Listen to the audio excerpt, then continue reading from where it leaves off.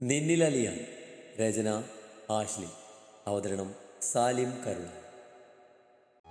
ഒരു navy blue colour സ്യൂട്ടും കോട്ടും അണിഞ്ഞ് മുഖത്തൊരു ബ്ലാക്ക് ഷർട്ട് കണ്ണാടിയും വെച്ച് തലയെടുപ്പോടെ അങ്ങോട്ട് നടന്നു വരുന്നവനെ കണ്ട് അവൾ ഒരു നിമിഷം ഞെട്ടി നിന്നു. Hello sir, welcome. ആൽവിക്ക് അടുത്തേക്ക് ചെന്ന് മാനേജർ മാധവ് കൈ കൊടുത്ത് വിസ് ചെയ്തതും അവന് തിരികെ വിസ് ചെയ്തു. മാനേജർക്ക് കൂടെ ഉണ്ടായിരുന്ന ഒന്ന് രണ്ട് പേർക്കൊപ്പം ഓരോന്ന് സംസാരിച്ച് ആൽഫി ഓഫീസിലേക്ക് കയറി. നീയ പോയി ആൽഫിയെ കണ്ട് അന്താളിപ്പിൽ വായും തുറന്ന് നിൽക്കുകയായിരുന്നു. നീയ എന്നമ്മ ഇത് ഇങ്ങ നിൽക്കുന്നേ? പുതിയ MD വന്നത് കണ്ടില്ലായ? എല്ലാരും ഓഫീസിലേക്ക് കയറി വാ, നമുക്കും പോകാം. കണ്ണും തള്ളി ഒരേ നിൽപ്പ് നിൽക്കുന്ന നീയെ പിടിച്ച് മല്ലിക്കൊന്ന് കുലുക്കി പറഞ്ഞതും പോകാം. ഞെട്ടൽ മാറി നീ ഒന്ന് വിക്കി വിക്കി പറഞ്ഞു. അയ്യേ, ഇവിടെ ഒരു പെണ്ണ്. മല്ലിക സ്വയം തലക്കൊന്നടിച്ച് നീയെ കൈയും പിടിച്ച് വലിച്ചുകൊണ്ട് ഓഫീസിലേക്ക് പോയി. ഓഫീസിനുള്ളിലേക്ക് കയറിയതും ചെറിയ രീതിയിൽ ആൽഫി എല്ലാവരെയും ഒന്ന് ഇൻട്രൊഡ്യൂസ് ചെയ്ത് സംസാരിക്കാൻ തുടങ്ങി. മല്ലികക്കൊപ്പം വന്ന നീയയും മറ്റുള്ളവർക്കൊപ്പം അവിടെ മാറി നിന്നു. തനിക്ക് മുന്നിൽ നിൽക്കുന്ന സ്റ്റാഫുകൾക്കിടയിൽ നിന്നും പുറകിലായി മാറി തൻ്റെ മുഖത്ത് നിന്ന് കണ്ണെടുക്കാതെ നോക്കുന്ന തൻ്റെ പെണ്ണിനെ ആൽഫിയുടെ നീലമിഴികൾ കണ്ടിരുന്നു. ഉള്ളിൽ ഉരഞ്ഞു പൊങ്ങിയ സന്തോഷത്തോടെ തന്നെ ആൽഫി നിന്നു. ഒരു ചിരിയോടെ എല്ലാവരെയും ഒറ്റ വാക്കിൽ വിസ് ചെയ്ത് ആൽഫി മാനേജർക്കൊപ്പം തൻ്റെ ക്യാബിനിലേക്ക് പോയി. അവിടെ കൂടെ നിന്ന് സ്റ്റാഫുകളെല്ലാം സ്വന്തം സീറ്റിലേക്ക് തിരിച്ചു ചെന്നിരുന്നു. എൻ്റെ കർത്താവ്, ഇതെന്തൊരു പരീക്ഷണം! ആദ്യം വീട്ടില്, ഇപ്പം ഇവിടെയും. ഒരു വിധത്തിൽ ഈ മനുഷ്യൻ സ്വസ്ഥമായി ജീവിക്കാൻ അനുവദിക്കില്ലേ? നീ അവിടെ നിന്ന് സ്വയം പെറുപെറുത്തു. ദേഷ്യവും സങ്കടമൊക്കെ ഒന്നിച്ചു വന്ന വല്ലാത്തൊരു അവസ്ഥയിലായിരുന്നപ്പോൾ നീയ തൻ്റെ മാനേജർ വിളിക്കുന്നു. MDയുടെ ക്യാബിനിൽ നിന്ന് ഇറങ്ങി വന്ന മനു അവളെ വിളിച്ചതും നീ ഒന്ന് ഞെട്ടി. അകത്തേക്ക് പോകണോ വേണ്ടോ എന്നൊരു നിമിഷം ഓർത്തു. എടോ, തൻ്റെ അകത്തേക്ക് വിളിക്കുന്നു, വാ. വരുവാ സാർ. മനു വീണ്ടും വിളിച്ചതും അവൾ അവനോടൊപ്പം ക്യാബിനിലേക്ക് കയറി. മനുവിനൊപ്പം അകത്തേക്ക് കയറുമ്പോൾ നീയുടെ ഹൃദയം വല്ലാതെ മിടിക്കാൻ തുടങ്ങി. ഒരിക്കലും ഇതുപോലെയായിരുന്നു ഇച്ചായന് മുന്നിൽ ആദ്യമായി പോയി നിന്നപ്പോഴും. ഇതിന് മാത്രം തന്നിൽ ഇപ്പോഴും ഒരു മാറ്റവും ഇല്ലെന്ന് അവൾ ഓർത്തു. സാർ, ഏതാണ് ഞാൻ പറഞ്ഞവർ? Manu Rajeev and Ivania. Manu head of accountant ആണ്, ഇവാനി ഇവിടുത്തെ ക്ലർക്കാണ്. ഞാൻ കഴിഞ്ഞാൽ ഇവർ രണ്ടുപേരുമാണ് ഇവിടെ മലയാളികളായിട്ടുള്ളത്. മാനേജർ മനുവിനെയും നീയെയും നോക്കി ആൽഫിക്ക് പരിചയപ്പെടുത്തിയതും ആൽഫി ഇരുവരെയും നോക്കി ചിരിച്ചു. നീയാണെങ്കിൽ മുഖം കുഞ്ചി തന്നെ നിൽപ്പാണ്. വലത് കൈയിലെ വിരലുകൾ സാരിയുടെ മുന്താണിയിൽ ചുറ്റി വിടുകയും ചെയ്യുന്നുണ്ട്. ആൽഫിക്ക് ചിരി വന്നു. അവനും അവൾ ആദ്യമായി കണ്ട നിമിഷം അന്നേരം ഓർത്തു. തൻ്റെ മുൻപിൽ നിന്ന് അന്നും ഇതുപോലെ വിറച്ചിരുന്നു അവള്. മനുവിനെ ഇപ്പോൾ അക്കൗണ്ട് സെക്ഷനിൽ നിന്ന് മാറ്റാനാവില്ല സർ. സോ ഇവാനിയാണ് തൽക്കാലം സാറിൻ്റെ PA ആക്കിയേക്കുന്നത്. തമിഴ് സാറിന് നല്ലതുപോലെ അറിയാത്തത് കൊണ്ടും മലയാളിയായ ഒരാൾ തന്നെ വേണമെന്ന് സാറ് പറഞ്ഞത് കൊണ്ടാണ് ഇങ്ങനെ ചെയ്തേ. മാധവൻ ആൽഫിയോട് ചോദിച്ചു. മിസ്റ്റർ മാധവ്, ഇവാനിയുടെ സർട്ടിഫിക്കറ്റ് എനിക്ക് താൻ തന്നതാണല്ലോ. ഒരു PA ആകാനുള്ള എല്ലാ യോഗ്യതയും ഇവാനിക്കുണ്ടെന്ന് അതിലുണ്ടല്ലോ. So I'm okay with her. എനിക്ക് PA ആയിട്ട് ഇവാനിയെ തന്നെ മതി. നീയെ തന്നെ നോക്കി ആൽഫി പറഞ്ഞത് കേട്ട് നീ ഒന്ന് ഞെട്ടി നോക്കി. അപ്പോൾ അവൻ്റെ ചുണ്ടിൽ ഒരു ചിരിയുണ്ടായിരുന്നു. അത് കണ്ടതും നീയുടെ ചുണ്ട് കോർത്തു. ഓക്കെ സർ, ഇനി എന്താ ആവശ്യമുണ്ടെങ്കിലും ഇവാനിയോട് പറഞ്ഞാൽ മതി. And once again welcome to our office sir. Madhav പറഞ്ഞതും ആൽഫി അയാളെ നോക്കി ഒന്ന് ചിരിച്ചു. മനു, സാറിന് അക്കൗണ്ട് സെക്ഷൻ്റെ അത്യാവശ്യം കാര്യങ്ങളൊക്കെ താനൊന്ന് പറഞ്ഞു കൊടുക്കേ. പിന്നെ ഇവാനി ഒന്ന് പുറത്തേക്ക് പോവാ, ഒരു കാര്യം പറയണം. മനുവിനെ നോക്കി പറഞ്ഞിട്ട് നീയെ വിളിച്ച് മാധവ് പുറത്തേക്ക് പോയി. ആൽഫി ഒന്ന് തറപ്പിച്ച് നോക്കിയിട്ട് നീയെയും വേഗം ക്യാബിന് വെളിയിലേക്ക് ഇറങ്ങി. അവളുടെ പോക്ക് കണ്ട ആൽഫിയുടെ ചുണ്ടിൽ മനോഹരമായൊരു ചിരി നിറഞ്ഞു. മാധവൻ സാർ, ഞാനെങ്ങനെയാ സാറിന് PA ആയിട്ട്? എനിക്ക് പറ്റില്ല സാർ, വേറെ ആരെങ്കിലും ആക്കണം. ക്യാബിന് പുറത്തേക്ക് ഇറങ്ങിയ നീ അപേക്ഷ പോലെ മാധവനോട് പറഞ്ഞു. വേറെ ആരാ ഇവാനിയെ ഉള്ളത്? മലയാളിയായ ഒരാൾ തന്നെ വേണമെന്ന് ആൽഫി സാറിന് നിർബന്ധമാണ്. താനും മനുവല്ലേ ഓഫീസിൽ ആകെയുള്ള മലയാളികൾ. സോ ഇവാൻ ഇത് ഏറ്റെടുത്തേ പറ്റൂ. മാത്രമല്ല MDയുടെ PA ആയാൽ തനിക്ക് ഇപ്പോൾ കിട്ടുന്നതിൽ 4 ഇരട്ടിയ സാലറി. അതുകൊണ്ട് പറഞ്ഞതനുസരിക്ക് കുട്ടി, തൻ്റെ കയ്യിൽ വന്ന ഭാഗ്യാടോ ഇത്. സോ തട്ടിക്കളയാതെ മുന്നോട്ട് പോകും. നീയുടെ തോളിലൊന്നും തട്ടി അത്രയും പറഞ്ഞ് മാധവ അകത്തേക്ക് പോയി. ഇനി എന്ത് ചെയ്യുന്ന സങ്കടത്തിൽ അവൾ നിന്നു. എന്താ കുട്ടിയുടെ പേര്? കാർത്തിക.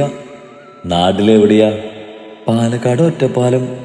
വളരെ പതിയുള്ള അവളുടെ മറുപടി കേട്ട് ജേക്കബ് ഒന്ന് ചിരിച്ചു. ലിയോണിനെ നോക്കാൻ നിയമിച്ച പുതിയ ഹോം നേഴ്സാണ് കാർത്തിക. PCO ചെയ്യാൻ ഒരു പയ്യനുണ്ട്, സുഭാഷ്. രണ്ടുപേരെയും ലിയോൺ കിടക്കുന്ന മുറിയിൽ വെച്ച് പരിചയപ്പെടുത്തുകയാണ് ജേക്കബ്. മറ്റന്നാൾ ലിയോണിനെ ഡിസ്ചാർജ് ചെയ്യുന്ന ഡോക്ടർ പറഞ്ഞത്. അപ്പോഴേക്കും ഞാൻ തിരിച്ച് നാട്ടിലേക്ക് പോകും. കാർത്തിക, നന്നായി നോക്കണം അവനെ. വേറെ ആരുമില്ല അവൻ്റെ അരികെ. അതായി എടുത്ത് പറയുന്നേ. മനസ്സിലായി സാർ, ഞാൻ നോക്കിക്കൊള്ളാം. ഞാൻ ആദ്യമായല്ല, ഇതിനു മുമ്പ് 2 ഇടങ്ങളിൽ നിന്നിട്ടുണ്ട്. അവർക്കൊക്കെ നല്ലതുപോലെ അസുഖം മാറിയിട്ടുണ്ട്.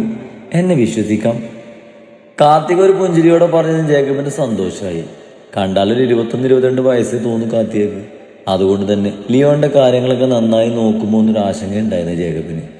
പിന്നെയും ജേക്കബ് കുറെ കാര്യങ്ങൾ സുഭാഷിനോടും കാർത്തികയോടും സംസാരിച്ചു.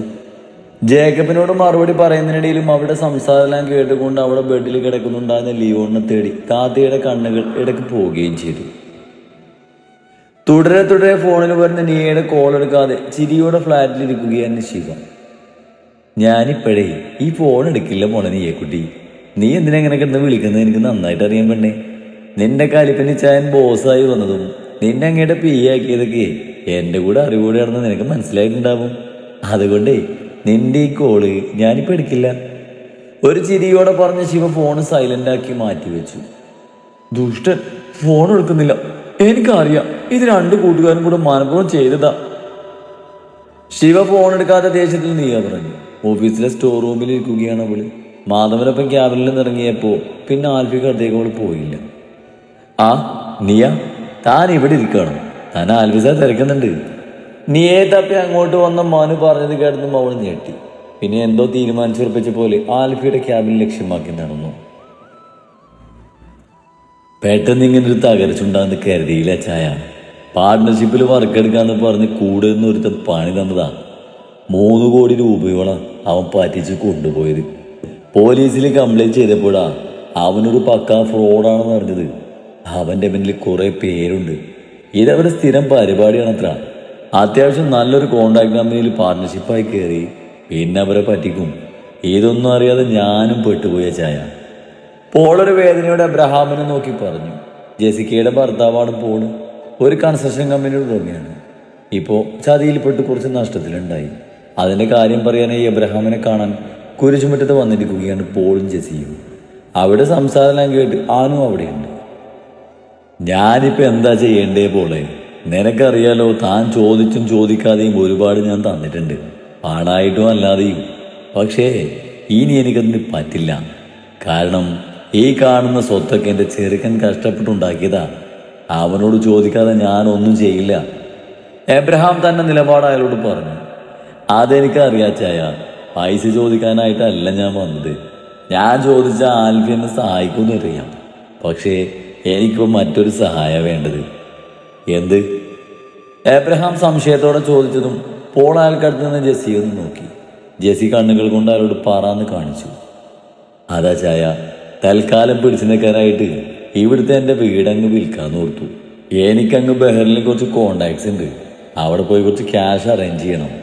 അതുവരെ ജെസ്സിയെയും മോളെയും ഇവിടെ നിർത്തുമെന്ന് ചോദിക്കാനാണ് ഞാൻ വന്നത്. ഓ, അപ്പൊ ഇതായിരുന്നല്ലേ തള്ളയുടെ ഉദ്ദേശം? ഈ വീടിനകത്ത് കയറിപ്പറ്റാൻ കെട്ടിയതിനു വേണ്ടി വളഞ്ഞ വഴി പ്രയോഗിക്കാം അല്ലേ നിങ്ങൾ? പോള് പറഞ്ഞത് കേട്ട് എബ്രഹാമിൻ്റെ അടുത്തായി നിന്ന് ആനു ദേഷ്യത്തിൽ മനസ്സിൽ പറഞ്ഞു. എന്തേലും കുരുട്ടുമായിട്ട് ജെസ്സി ഇങ്ങോട്ട് വരുവുള്ളൂ എന്ന് അവൾക്ക് അറിയാമായിരുന്നു. ഇങ്ങനെ ഒരു സിറ്റുവേഷനിൽ ഇവരെ വിശ്വസിച്ച് സേഫായിട്ട് ഏൽപ്പിക്കാൻ എനിക്ക് അച്ചായനല്ലേ ഉള്ളൂ. അതാ അച്ചായനൊന്നും പറഞ്ഞില്ല. ഒന്നും മിണ്ടാതിരിക്കുന്ന എബ്രഹാമിനോട് പോൾ അപേക്ഷ പോലെ വീണ്ടും ചോദിച്ചു. എബ്രഹാമിനെന്തോ അയാൾ നോ പറയാൻ തോന്നിയില്ല. ശരി, പോള് തിരിച്ചു വരുമ്പോഴേ ജെസ്സിയും ക്രിസ്റ്റീനയും ഇവിടെ നിൽക്കട്ടെ. എബ്രഹാം പറഞ്ഞതും പോളിന് സമാധാനമായി. കാര്യമേറ്റതുപോലൊരു വിജയിച്ചിരി ജെസ്സിയിൽ നിറഞ്ഞു. പോളിന് ഇങ്ങനെ ഒരു തകർച്ചയുണ്ടായപ്പോൾ ആദ്യം ഓർമ്മ വന്നത് എബിച്ചാനെയാണ്. പക്ഷേ താൻ ചോദിച്ച ഒരു നയാ പൈസ പോലും ആൽഫി തരില്ലെന്ന് ജെസ്സിക്ക് ഉറപ്പായിരുന്നു. അപ്പോഴാണ് പോളിനെ കൊണ്ട് ഇങ്ങനൊന്നും ആവശ്യപ്പെടാൻ പറഞ്ഞത്. എബിച്ചാനിൽ സിമ്പതി വരികയും ചെയ്യും, ഈസി ആയിട്ട് ഈ വീട്ടിൽ കയറി പറ്റുകയും ചെയ്യാം. ജെസ്സിക്ക് വല്ലാത്ത സന്തോഷം തോന്നി. അവർ തനിക്ക് മുന്നിൽ നിന്ന് അനുവിനെ പുച്ഛത്തോടെ നോക്കി. അനു തന്റെ ദേഷ്യം പല്ല് കടിച്ച് നിയന്ത്രിച്ചു.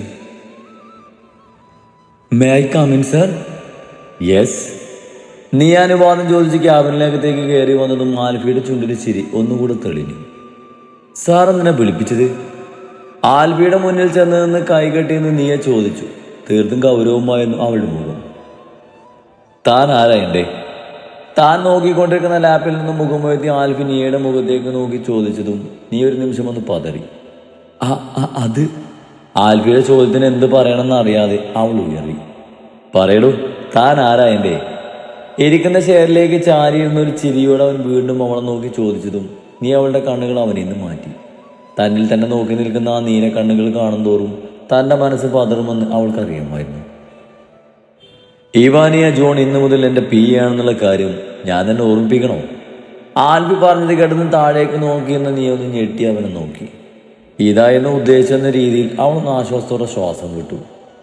സോറി സാർ, മറന്നതല്ല ഞാനവിടെ മറ്റൊരു ജോലിയിലായിരുന്നു.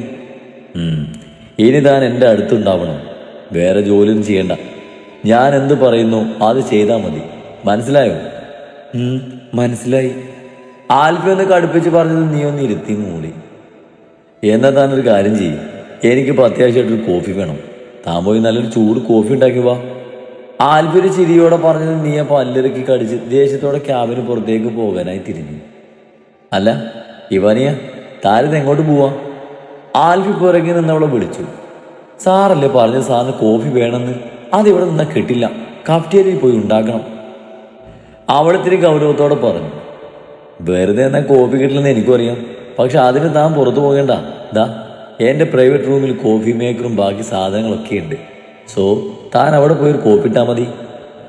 ആ ക്യാബിൻ്റെ വലത് സൈഡിലുള്ള പ്രൈവറ്റ് റൂം ചൂണ്ടി പറഞ്ഞതും അവനൊന്ന് ഇരുത്തി നോക്കി അവൾ ആ മുറിയിലേക്ക് പാഞ്ഞു.